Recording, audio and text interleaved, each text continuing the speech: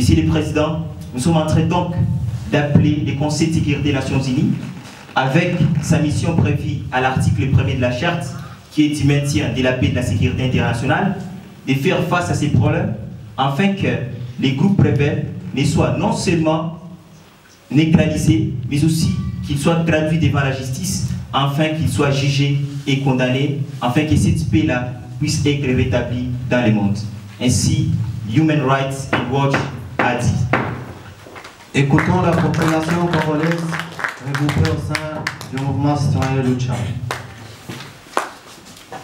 Monsieur le Président du Conseil de sécurité des Nations Unies, Monsieur les représentants des pays de la région des Grands Lacs, Messieurs et Madame les représentants des pays permanents et non permanents du Conseil de sécurité des Nations Unies, Messieurs et Mesdames invités à cette cérémonie. C'est pour nous une joie immense d'être invités pour la première fois à cette grande cérémonie, à cette grande messe d'ailleurs du Conseil de sécurité des Nations Unies, pour exprimer les desiderata de notre population. Monsieur le Président, comme nous le savons tous, la région du Grand Lac est une des régions immensément riches des ressources naturelles que les autres pays, je souligne, n'en ont pas. Cette région est malheureusement inquiétée par une insécurité grandissante depuis plusieurs années. Cette insécurité est organisée par les groupes venant des pays de la région des Grands Lacs. Ici, nous citons les Rwandais avec son mouvement Chiri et FDLR, qui se trouvent actuellement dans les Massissi et qui commettent des exactions aussi dans les Walikale.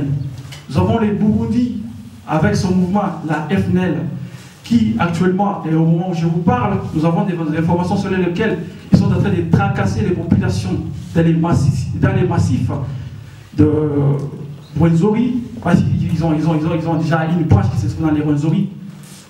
Nous avons aussi l'Ouganda avec son mouvement les ADF Nalu, actuellement, qui vient de fêter ses 5 ans de massacres dans les Bénis.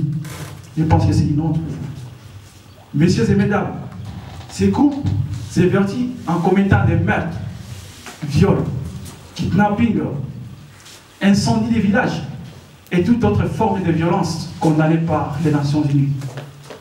Or, la Déclaration universelle des droits de l'homme de 1949 prévoit que tous les hommes sont nés libres, en dignité et en droit. Or, ces groupes n'observent pas, parce qu'ils sont inconscients. Toutes ces violations sont confirmées par nos homologues de l'Amnesty International, Human Rights Watch et toutes les autres organisations des droits de l'homme, mais aussi par les experts des Nations Unies.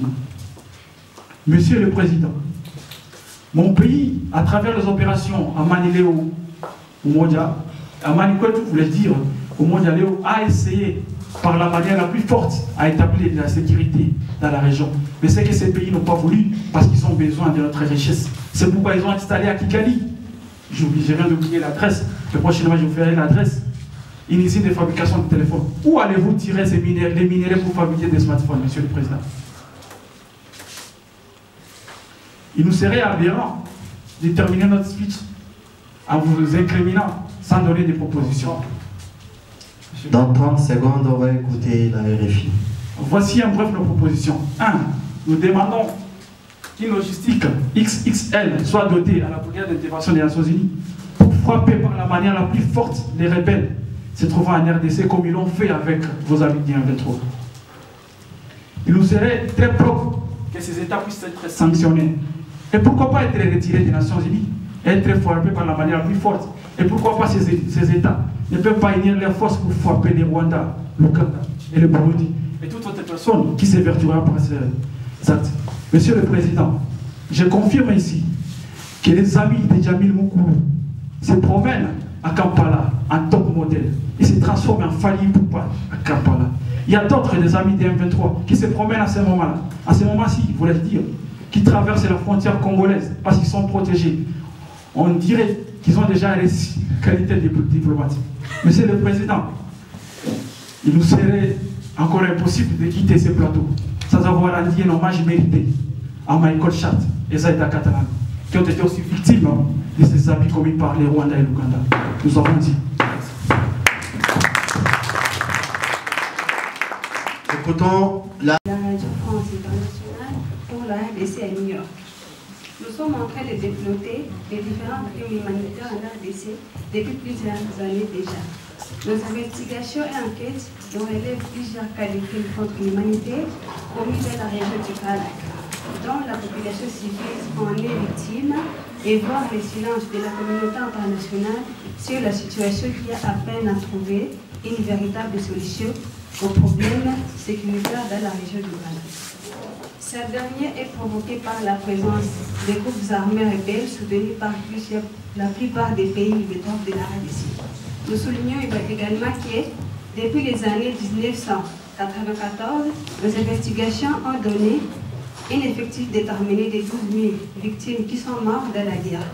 En date du 24 juillet 1997, notre reportage diffusé sur nos ondes a indiqué les groupes armés rwandais-ougandais qui ont été soutenus par les grandes puissances mondiales, notamment la M23, qui a déstabilisé la province du Nord Kivu dans les années 2012, et les ADF-NAM qui troublent la sécurité de la partie nord-est de la RDC, les AFL qui déstabilisent la province du Sud Kivu dans la plaine de Tanganyika.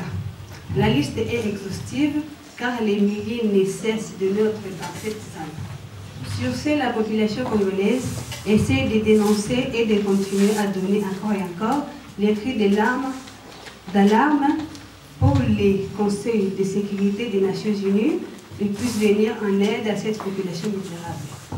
Depuis le palais des Nations Unies à New York, Mademoiselle Avanvechi Priscilla RFI les voix du monde.